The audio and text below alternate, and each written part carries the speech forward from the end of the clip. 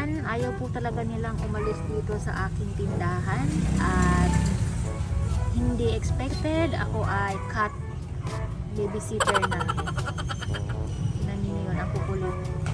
Lagi silang nakapatong doon sa may mga cartoon ko na may mga damit na tinitinda. Napapagod akong ano sila, tingnan. Kasi ang lilikot. Nagiging behave lang sila kapag ganyan na tulog at dede.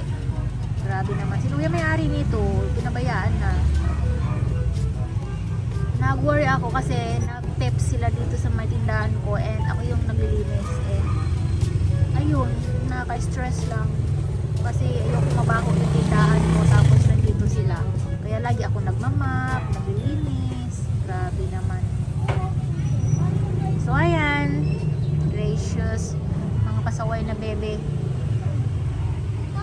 Dito na yung gusto na nila dito, ayaw nilang umalis. Hindi ko naman sila pusa.